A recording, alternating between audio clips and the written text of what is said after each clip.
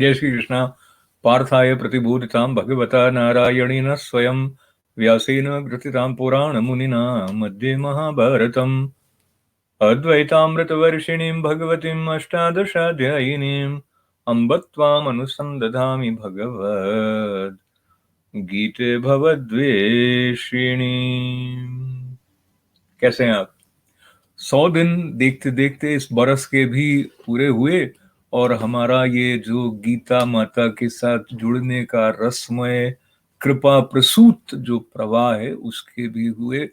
एक उत्सवमय भाव जो मेरे अंदर है उसको लेते हुए मैंने सोचा आपके साथ बहुत कुछ बांट लिया जाए, और इस बांटने के क्रम में जो चिंतन चला है उस चिंतन का कुछ अंश आप तक पहुंचाने का अवसर लेते हुए मैं भारत माता को प्रणाम करके जब भारत के ऋषियों मुनियों को याद कर रहा हूं तो साथ ही साथ स्वतंत्रता संग्राम में जो श्रीमद् भगवद गीता की प्रेरणाओं का प्रसाद, चाहे महात्मा गांधी जी को मिला हो बहाव, विनोबा भावे जी को मिला हो, बाल गंगाधर तिलक जी को मिला हो, सुभाष चंद्र बोस को मिला हो, भगत सिंह को मिला हो, यानी नरम दल और गरम दल दोनों ही जो दल के रूप में जाने जाने वाले भारत के स्वाधीनता संग्राम के साथ जुड़े हुए शीर्ष नाम है, उन सबको श्रीमद् भगवद गीता ने प्रेरणा दी।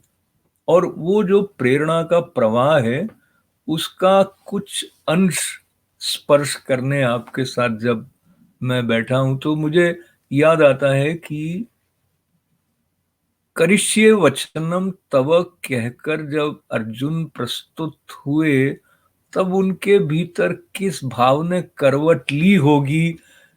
तो कर्म और ज्ञान दोनों का उपदेश समन्वित ढंग से देने वाली श्रीमद् भगवद गीता पर इतना कुछ कहा गया है, इतना कुछ लिखा गया है कि कुछ कुछ भी स्पर्श करें तो वो बहुत कुछ हो जाता है। तो स्वामी श्री कृष्णानंद जी कहते हैं, anything that we are compelled to recognise as a reality cannot be ignored when any argument is put forth। और ये इस अर्थ में वो बता रहे होते हैं कि जब तर्क हमारी फिजिकल रियलिटी को लेकर चल रहे हो तो हम सीधा सीधा जंप करके स्पिरिचुअलिटी की बात करेंगे तो वो न्यायोचित नहीं होगा। तो श्रीमद् भगवद गीता जो अलग अलग स्तर पर हम जिस तरह से रियलिटी को समझते हैं उन सबको एड्रेस करती हैं, उन सब का स्पर्श करती हैं। और मेरे जीवन में श्रीमद् भगवद गीता, हमारे शास्त्र, हिमालय, गंगा, सबके प्रति श्रद्धा का जो संचार हुआ है उसके जो सूत्र हैं वो मेरे गुरु स्वामी श्री ईश्वरानंद गिरि जी महाराज, उनको भी मैंने आज के कार्यक्रम में सम्मिलित कर लिया है। आज का ये अंक थोड़ा सा लंबा होगा, उसके लिए आपकी अनुमति लेते हुए ये भी याद करें कि हम जो भी पवित्र कार्य कर पाते हैं वो ऐसा होता है जैसे कि एक गिलहरी ने राम जी का सेतु बनाने के लिए अपनी ओर से प्रयत्न किया, भीग कर आती थी, रेत लपेटती थी अपनी देह पर और फिर जाके समुद्र में उसको डाल देती थी। तो इस प्रकार का गीता माता के साथ जुड़ने का गिलहरी के जैसा जो एक छोटा सा प्रयत्न है उसके लिए आपकी ओर से कुछ सराहनाएं भी जो प्राप्त हुए उनका भी कुछ अंश आप तक पहुंचाऊंगा। पर सबसे पहले मैं स्वामी जी को, उन्होंने जो संबोधन किया था, क्या बात हम तक आ रही है, आइए सुनते हैं। I know everything except myself, Narada says. Soham bhagavah shauchami, therefore I have not got rid of sorrow. So the shoka moha will always be there as a sign of your self-ignorance. This is the disease. The disease of samsara. How do you diagnose it? Shoka and moha. Shoka moha upalakshitam hi samsara. That's all that is samsara is. And you will not object to the fact that it entirely depends upon you. Your neighbor didn't give you moha. Your neighbor didn't give you shoka.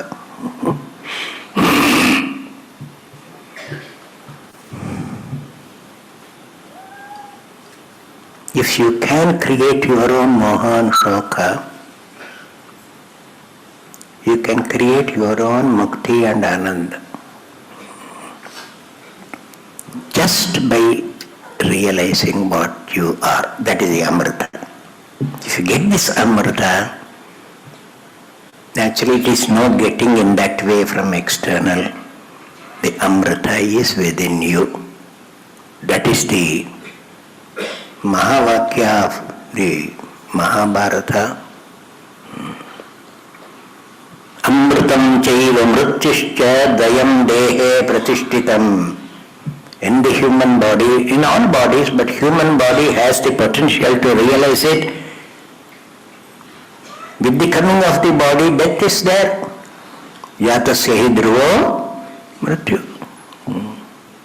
But along with that, there is this fact also, there is an imperishable amrita in it, your soul. Both are available to you. Both are available to you. The very fact that you have occupied the human body, you are able to exercise the human body and its potentials, you are eligible to Amrita. तो कितना बड़ा आश्वासन स्वामी जी के द्वारा जो प्राप्त हुआ कि आप क्वालिफाइड हैं अमृत प्राप्त करने के लिए, और शोक और मोह जो है वो आपके अंदर आपकी ठीक ठीक पहचान न होने के कारण हुआ। इस प्रकार का संकेत स्वामी जी का लेते हुए जो कुछ हम समझने का प्रयत्न करते हैं वो एक प्रकार का ज्ञान यज्ञ सा होता है।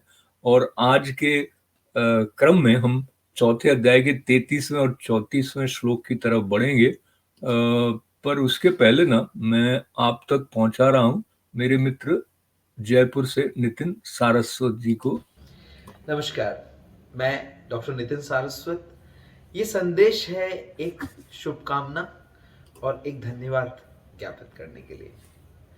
मेरे मित्र मिस्टर अशोक व्यास की एक अनूठे प्रयास, जिसने वास्तव में बहुत सारे लोगों को माँ गीता के ज्ञान के साथ पुनः जुड़ने का मौका दिया है। अशोक जी, मैं नहीं जानता कि आप जानते हैं ये बात या नहीं जानते हैं, पर आपका ये प्रयास इटर्नल गीता जिसके आपने 100 दिन पूरे किए हैं, ये किसी यज्ञ से कम नहीं है। और आपने बहुत ही खूबसूरती से गीता के गूढ़ ज्ञान को सबके सामने न केवल प्रस्तुत किया है, बल्कि उस पीढ़ी को इससे जुड़ने का मौका दिया है जिसने शायद कभी गीता को, पुस्तक को उठा के ना देखा हो। तो आपको साधुवाद, और ईश्वर करे कि ये जो आपका प्रयास है ये ऐसे ही निरंतर चलता रहे। धन्यवाद। तो ये जो प्रयास है वो चलते हुए हम 33वें श्लोक की तरफ बढ़ जाते हैं। चौथे अध्याय का श्रेयान द्रव्य मयाद्यज्ञा ज्ञान यज्ञ परंतप सर्व कर्माखिलम पार्थ ज्ञाने परिसमाप्यते। हे परंतप अर्जुन, द्रव्यमय यज्ञ की अपेक्षा ज्ञान यज्ञ अत्यंत श्रेष्ठ है। यावन मात्र संपूर्ण कर्म ज्ञान में समाप्त हो जाते हैं।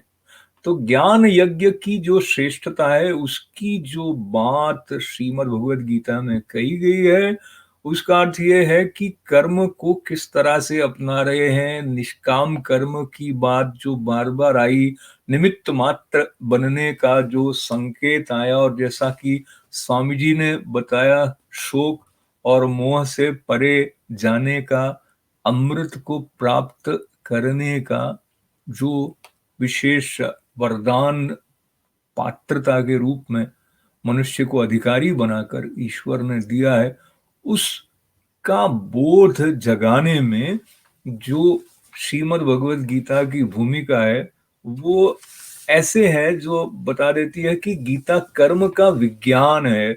और जैसे कि आप अगर हवाई जहाज में यात्रा करने के लिए जाते हैं, चाहे अमेरिका से भारत या भारत से अमेरिका आ रहे हों, तो आप वायुयान में बैठने के लिए टिकट लेते हैं और जो कुछ औपचारिकताएं वो पूरी करके बैठ जाते हैं। तो आपकी देह जो है वो उस वायुयान में यात्रा कर रही है, और उस यात्रा के लिए आपको अतिरिक्त और कुछ करना नहीं पड़ता, बाकी का पायलट कर रहा है, परिचारिकाएं आपको आके जो अच्छा भोजन करा रही हैं। पर यहाँ जिस तरह के यान की यात्रा है जो कि ज्ञान यज्ञ के साथ जुड़ा हुआ है, यहाँ पर आपको सब कुछ करना ही है। अनुग्रह अपने स्थान पर है, पर उसके साथ साथ जो आंतरिक स्तर पर अपने को लेके आगे बढ़ना है, उसकी स्पष्टता कैसे हो, उस बारे में बताते हुए जो बार बार आत्मा की चर्चा आती है, वो ये याद दिलाने के लिए कि हम देह ही नहीं है। और ये याद होते हुए भी मानने में हम आता नहीं, क्योंकि हमारा अभ्यास ऐसा अधिक हो गया है। फिर शरीर की बात आती है तो हम सिर्फ जो स्थूल शरीर है उसको देख रहे होते हैं, पर स्थूल के साथ सूक्ष्म भी है, कारण शरीर भी है। और जो श्रीमद् भगवद गीता है, ये जब कृष्ण भगवान ने अर्जुन को बताई है, तो एक एक श्लोक ऐसा बारीकी से गढ़ा हुआ गहराई को लेकर है, तराशा हुआ है। और कृष्ण भगवान ने कोई नोट्स रेफर नहीं किए उस पे, वो उनके अंदर से जो प्रसूत है। इसलिए जैसे वेद अपौरुषेय हैं, उस प्रकार से महाभारत को जब पंचम वेद कहते हैं, तो गीता भी अपौरुषेय है, क्योंकि ये साक्षात पद्मनाभ के मुख से निसृत हुई है। तो श्रीमद् भगवद गीता के रस का पान करते हुए अमृत की ओर बढ़ने की जो हमारी आकांक्षा है, वो पूरी अवश्य होती है। नमस्कार।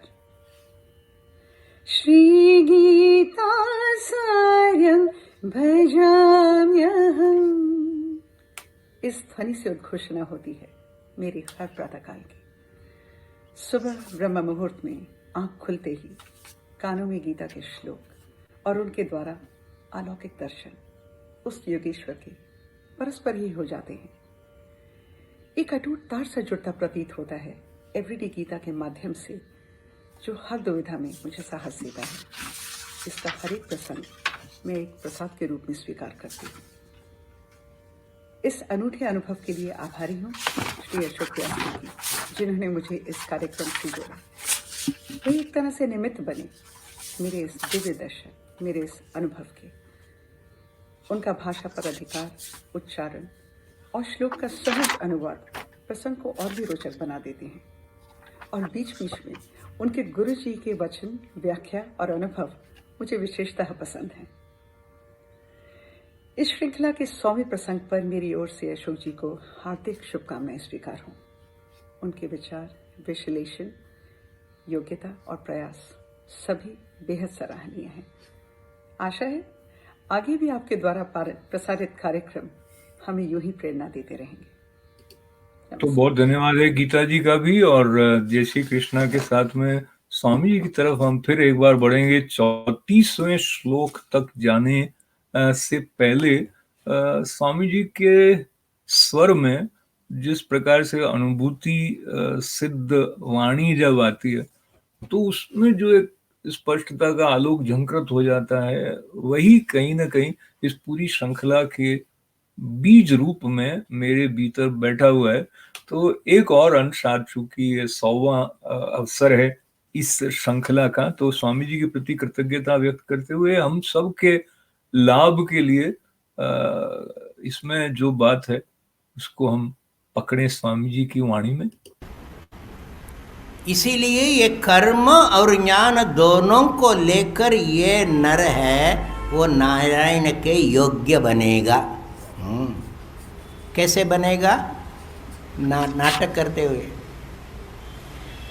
वो नाटक करने वाला ये भी उस नाटक करने में निपुण हो जाएगा, तो उनके साथ मेल हो सकता है।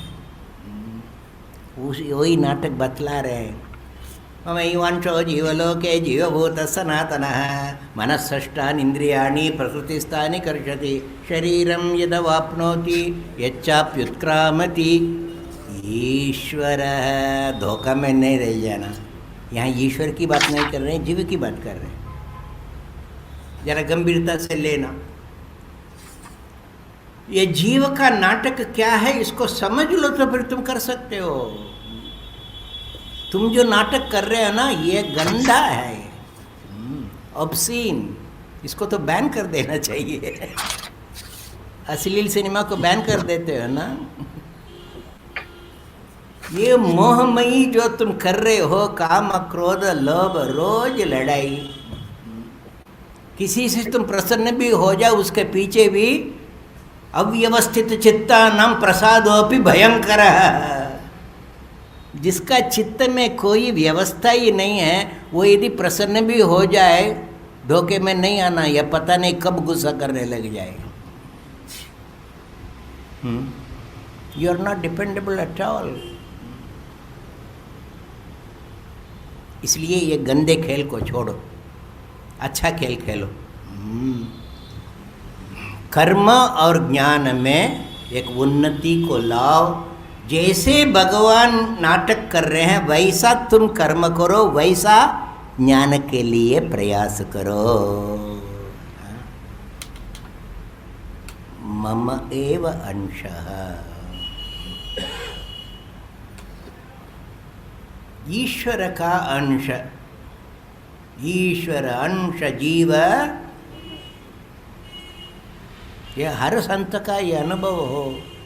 इसलिए उनकी बात में श्रद्धा रखते हुए तुम कर्म करोगे या कोई भी ज्ञान को स्वीकार करोगे, दोगे प्रतीति, विषयों की प्रतीति, उसको लेकर फिर तुम जब दूसरों को बताओगे उसी प्रकार करना।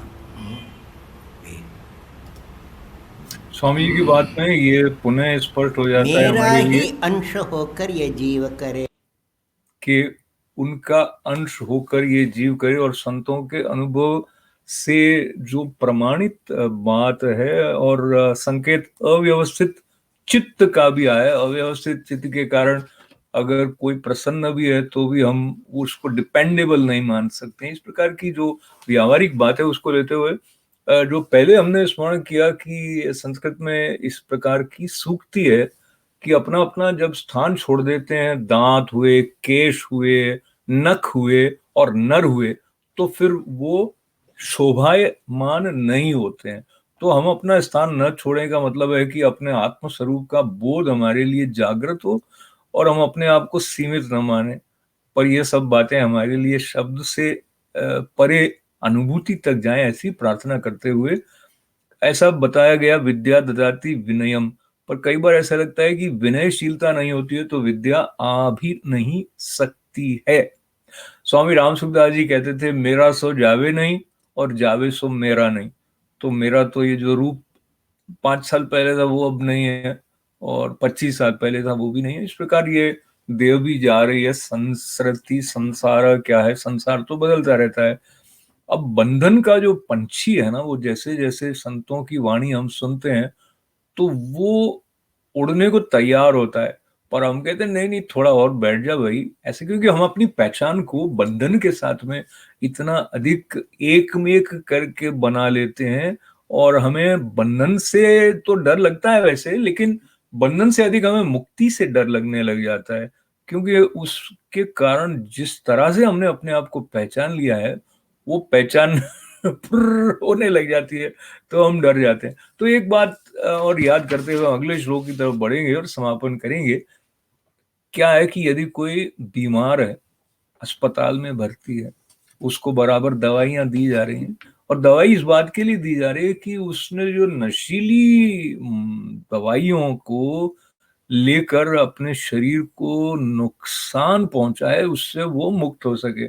तो वो दवाइयां भी लेता है, लेकिन अगर चुपचाप छुप कर वो नशीली दवा लेने का क्रम जारी रखता है तो वो क्या ठीक होगा? कुछ ऐसा ही हम भी करते हैं, अच्छी अच्छी बातें सुनते हैं संतों के पास बैठ के, लेकिन हमारे मन में वो सब चलता रहता है जिसको लेके स्वामी जी ने कहा कि ये तो ऑब्सीनिटी जो कर रहे हो उसको बैन कर देना चाहिए। यानी कि जब मन इधर उधर भागने लगे तो उसको देखते हुए कि वो क्या चल रहा है, कहाँ विचर रहा है, हम रोक पाए, और उसी को आत्म संयम कहते हैं। और वो भी कहीं ना कहीं ज्ञान यज्ञ की तरफ ले जाता है। और अब मैं आपको 34वें श्लोक की तरफ ले जा रहा हूं। तद्विद्वि प्रणिपातेन परिप्रश्नेन सेवया उपदेक्षन्ति ते ज्ञानम ज्ञानिनस्तत्त्वदर्शिनः।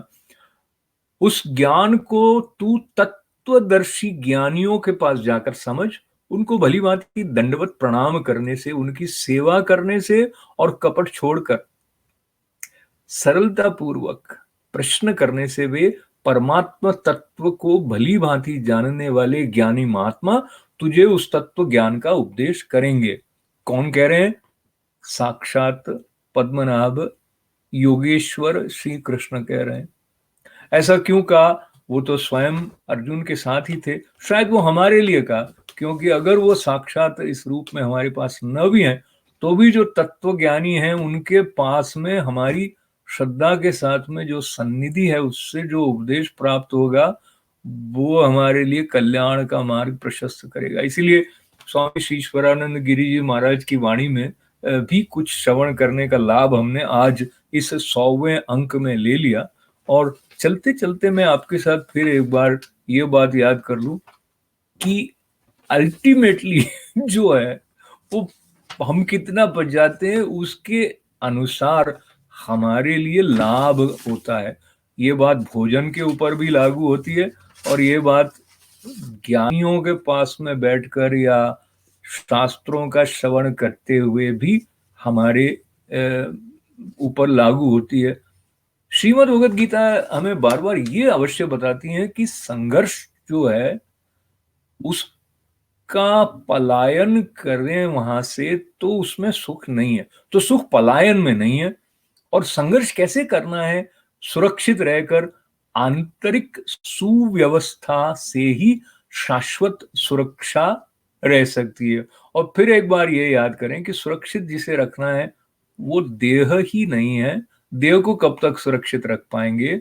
और फिर ये प्रश्न आता है कि जो कभी मरता नहीं है, जैसे कहा कि आत्मा न कभी गीली होती है ना उसे कुछ जला सकता है, तो उसको किससे खतरा है? तो फिर ठीक है, फिर हम डर क्यों रहे?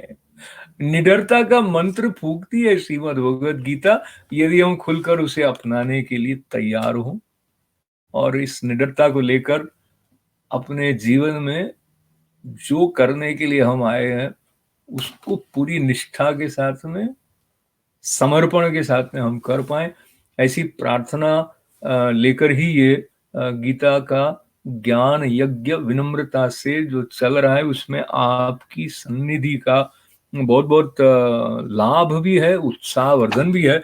और चलते चलते मैं, चूंकि 100वां दिन है, तो कुछ नामों का उच्चारण कर लेता हूँ अपने आनंद के लिए। तो एक तो आनंद जोशी और मोहन वांचू जी, उन्होंने प्रारंभ में बहुत ही उत्साह बढ़ाया। फिर गीता सेतिया जी हैं, फिर अन्य कई नाम है हमारे, एक वामन भाई पंचोली हैं और शास्त्री जगदीश त्रिपाठी जी हैं।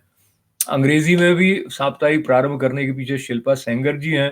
डॉक्टर सुमिता सेन गुप्ता भी उत्साहवर्धक प्रतिक्रियाएं। फिर भारत से डॉक्टर शशि तिवारी हैं, डॉक्टर भावना आचार्य हैं, सूर्य बालाजी हैं, और ऑस्ट्रेलिया में अब बैठी हैं डॉक्टर भावना कुंवर हैं, हमारे बालाजी श्रीनिवासन हैं, महेश हर्ष हैं, अन्य कई कई नाम हैं। पर चलते चलते मैं अपनी माता जी का भी स्मरण करना चाहता हूँ, वो भी इसको सुन रही हैं, और मेरे भ्राता जितेंद्र व्यास भी प्रतिक्रियाओं से व्यक्त करवा के मेरा उत्साहवर्धन कर रहे हैं। बहुत सारे नाम छूट गए, लेकिन कुछ और जो वीडियो मैसेज आए वो आने वाले कुछ दिनों तक आप तक पहुंचाते रहेंगे। और मैं चलते चलते जयपुर में रहकर गीता में पूरी तरह डूबी हुई हमारी छोटी बहन रेणुका राठौर को भी मैं याद कर रहा हूँ, और बहुत सारी मंगल कामनाओं के साथ में ओम पूर्णमदः पूर्णमिदं पूर्णात् पूर्णमुदच्यते पूर्णस्य पूर्णमादाय पूर्णमेवावशिष्यते। पूर्णमेवा करते करते मुझे बचपन का मेरा मित्र बहुत बड़े प्रोफेसर अखिलेंद्र भूषण गुप्ता जी भी याद आ गए। तो गीता के इस प्रवाह के साथ में मेरे कई पुराने जो संबंध हैं, सेतु हैं, वो भी जागृत हो गए। तो गीता माता को लेकर ये जो एक आनंद की धारा है उसको लेते हुए हम अपने भीतर से जो सर्वश्रेष्ठ है उसको प्रकट करने की और प्रेरणाएं प्राप्त करें और आगे बढ़ें। जय श्री कृष्ण।